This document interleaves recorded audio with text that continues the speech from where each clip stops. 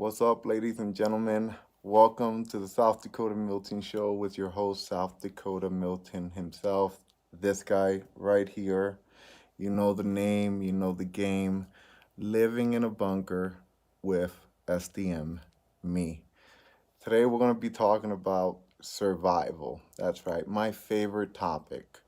Besides that, when I started this, I actually wanted to talk about two things, but I didn't want to mix them together because I do feel they're independently important. So I decided to separate the two topics, even though they pretty much end up doing the same thing.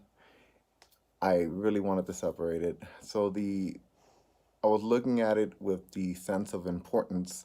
So let's say YouTube gets cut off tomorrow or Facebook or anything like that, then if I would have started with the other video I wanted to do, then you would have lost the importance of survival. So I kind of gauged it that way. What's more important? Tracking or understanding the usage of energy and how much energy you're going to need to sustain yourself, or survival. So weigh them both in. Survival one. So that's what we're going to talk about. Survival. All right, thank you. You done? So, been thinking about this one for a minute because it's a hard one, especially here. So this is focus heavily, intensively here at the bunker. Even though survival could be used anywhere, and you can use anything in this video for your own survival ideas. And so it's really not stuck here. You can do it anywhere, but for this video aspect, it'll be focusedly mainly here, and you can adapt whatever we talk about it to your own survival ideas. You know what I mean? So, excuse me. So, in that being said, let's start. Survival. I put a lot of work into this bunker to make it very livable, and it's hard. It is not like living in a house or an apartment where you have plumbing and shower and a dishwasher and washing dishes and stuff. It's slightly a little different, even though you do have bunkers set up with those amenities, but this one is still a work in progress. So the amenities are very limited, but I still have them, but just a little bit harder. It's not as easy as getting the shower, turning it on, and voila. So, but for that aspect, for that being said, a lot of the bunkers, the people that get a turnkey, because that's how they like to refer to it, and I really don't like that turnkey, because what it tells me is, okay, I'm gonna pay this guy this amount of money. You're gonna build my bunker. You're gonna give me the key, and I'll see you later, alligator. Right? Think about that. Um, and then you don't know how to turn on your generator. Let's say you run out of gas. Do you know how to move it to the next gas tank? What about your battery? What about your solar? You know, your hot water heater? People are really under the misconception that nothing is going to break and everything is going to flow the way it needs to, right? And I think that's a big failure for most people, because since I've been here, everything breaks. It seems like everything freaking breaks, and I'm always fixing something. So we all know someone out there that right now, wherever you're living, you might have a Juan, right? Juan, ven aquí a mi casa. You don't know. You might have a John. Hey, John, yeah, come over here. You might have a Skeeter. Hey, Skeeter, I'll be right there, right? Everyone has someone, right? But what about when those Juans and Johns and Skeeters are not there anymore, and you're stuck with you? Ooh, That's some scary stuff. You ever think of that? And that's just the point of survival. It's not about just a turnkey. It's such a deeper story. It should be more about how to survive. If something happens, how are you gonna make it? Do you have enough stuff wherever you're at to make it? Even in your car, my car is filled to the rim, but I feel very comfortable if something happened that I'll be good, you know? So you really need to look at your car and where you're heading, and if you even have a plan or a to-go bag.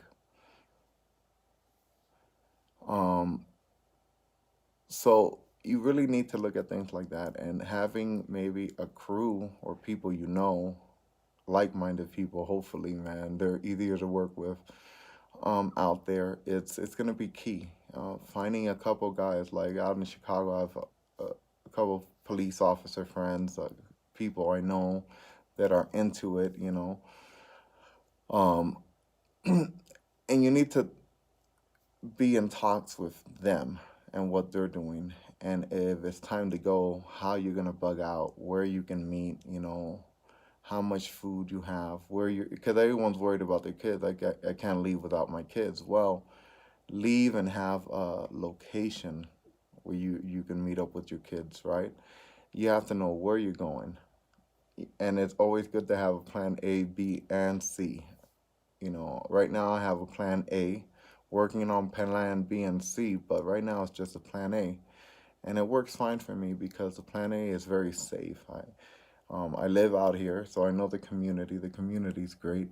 Um, and here they're very sustainable, so they understand what it takes to live out here. So they've been used to living um, a little bit more frugal in compared to people in Chicago or big cities, right?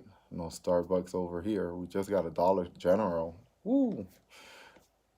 People are excited. The big things going out here in Edgemont. But the point being, uh, they will be fine out here because they're used to hunting, they're used to skinning, they're used to collecting firewood to stay warm. And that's another thing.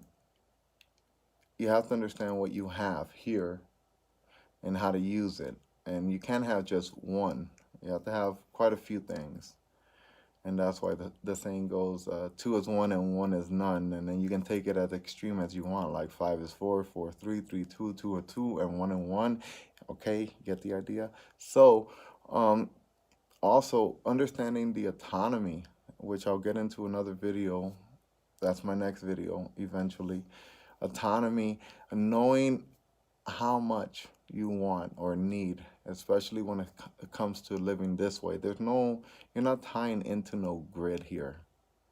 If you don't have electricity or generator or gas to power the generator or backup gasoline or uh, anything or solar panel or wind panel or whatever, then how are you going to live in darkness? I mean, it's possible, but you're going to have to know how much you're going to need to run whatever you want to run.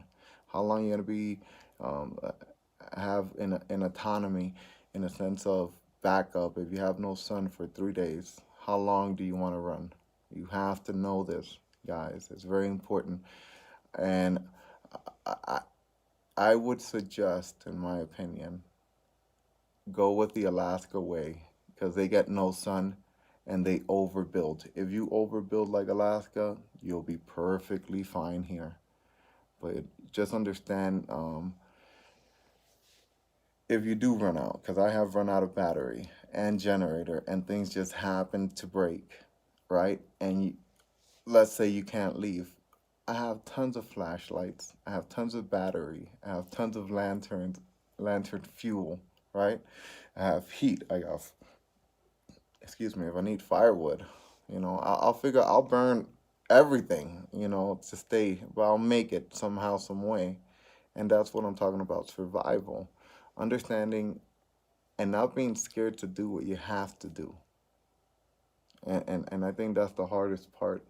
Um, because we're so used to buying everything at the store when a lot of people have never had to do the hard stuff, right? Like when you're farming and your animal gets hurt, you have to put them down. Have you ever killed an animal? Have you ever skinned an animal? If your dog is sick, have you ever put one down? You know, a lot of things that people really don't think about. Hard things, man.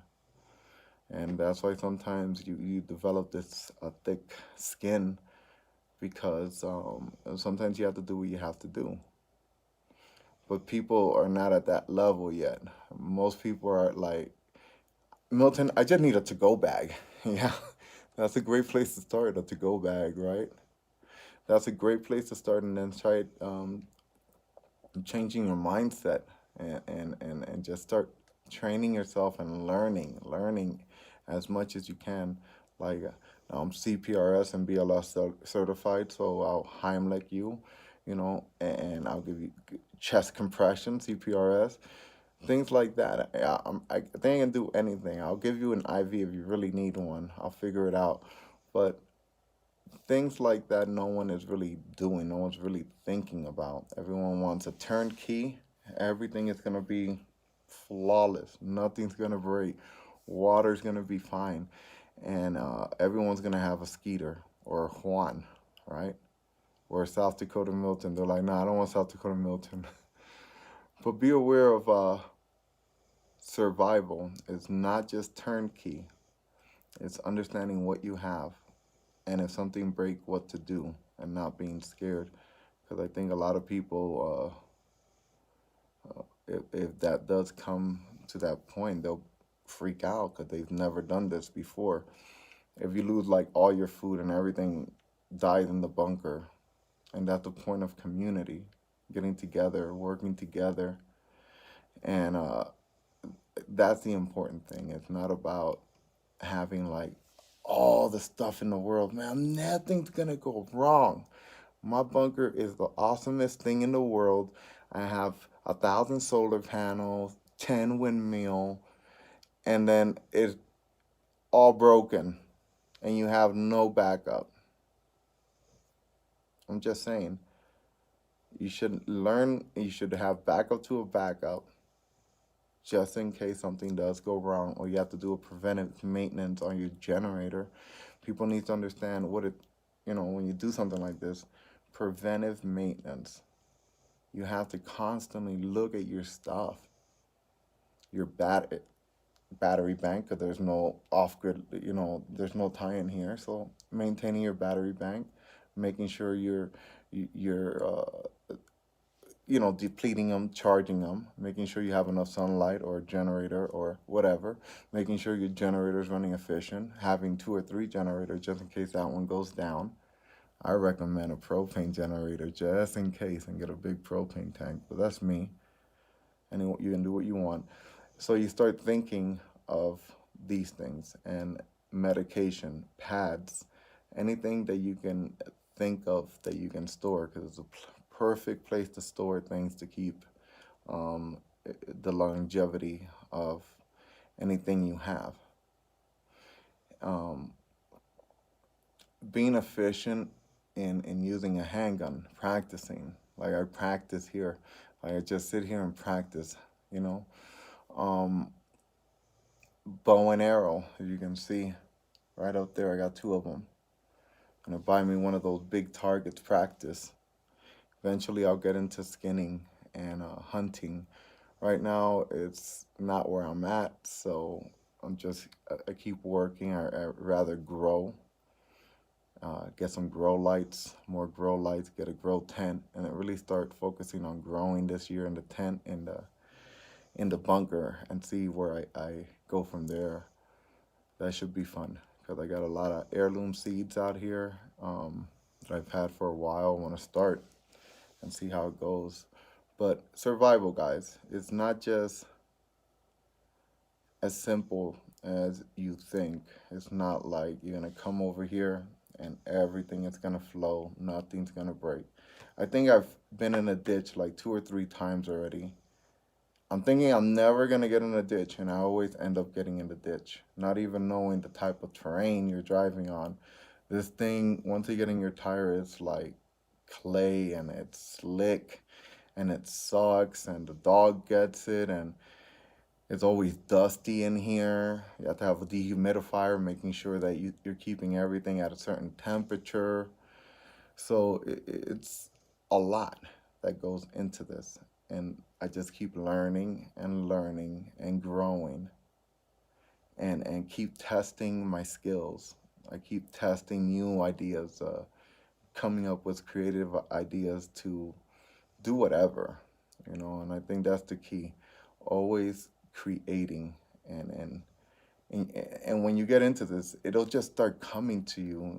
I don't know, people that do this, that's all you, things just come in your mind and like, oh, I want to try this, I want to try that, the important things. And I know I know more community members are gonna take this adventure and move here and really live it. I think people need to live it to understand it. We got a lot of people throwing out there, hey, it's easy, uno, dos, y tres. Easy, easy peasy cover girl, right? And you can do that, that. Boom, you're done, easy. Never lifted a nail, but easy. Okay, not everything is easy, guys. I mean, man, it's not easy. So turnkey is not easy, and you better know your stuff. You better have an understanding of how your bunker works, your system works. And I will get a walkthrough and I will get constant classes of everything. That's why I like doing my bunker myself. I want to know where every single wire is, every pipe, every tube, everything. And if something ever goes wrong, I know exactly where to go. That's, in my opinion, the key. So I can always express to people what I feel and what I've been through in this bunker. But there's a lot of people out there that never lived in a bunker, never lived out here, but will throw in a lot of things. I think people should first try to live out here and see what it's really like and get a better grasp, a better understanding of what it really takes to do this. You might be surprised, So South Dakota living. Hey guys, don't forget, talking about survival, and that's important. Let's talk about something like survival that's important. That's right, Black Hills Tactical Knife. OTF, out the front knife, drop point serrated. That's all that is. Look at this, See the serration, look at that, drop point. And don't forget, guys, when it comes to survival, if you're driving, right, from wherever, and it's chaotic, and you have no weapon, you have nothing, but you have a Black Hill, again, you have a glass breaker or a skull crasher, like boom, right? It's like boom, and then you can slash them at the same time with a South Dakota Black Hills Tactical Knife. Can't make this up. Beautiful. And then you put it away. Fully automatic. That's right. Look, even in pink, ladies. Pink, double serrated. Ladies, can you imagine? You're like here. You're like, hey, oh my God. And they don't know you have this. And we make smaller ones that's really concealable. There's a medium-sized one. Imagine, ladies, you're like, oh my God, here comes this guy. And the guy here is this. What was that, sir? I don't want no problem, sir. Why don't you walk away? Why don't you walk away? Black Tonto serrated, anybody? Black, polished, look at this one. Nicely polished. The one that I use all the time. I'm just saying, you never know. Glass breaker, cut out of your seatbelt. You're stuck in a situation. What was that, sir? Don't play with me. Gentlemen, what's up, man? So, see? They want to take our automatic. Let them take this automatic, guys. You ever thought of that? Black Hills Tactical. Now you get 10% off. 10% off. Use the code SDM, all cap, because I'm always yelling SDM. Get a 10% discount. We're going to Sturgis this year. We went last year. Super fun. Support us. Support your veterans. Support what we're doing out here. South Dakota Living. Thank you, Black Hills. All the information will be down below. Subscribe. Tell your friends. What's up, man? All right. Love you, South Dakota Living. Bye, guys.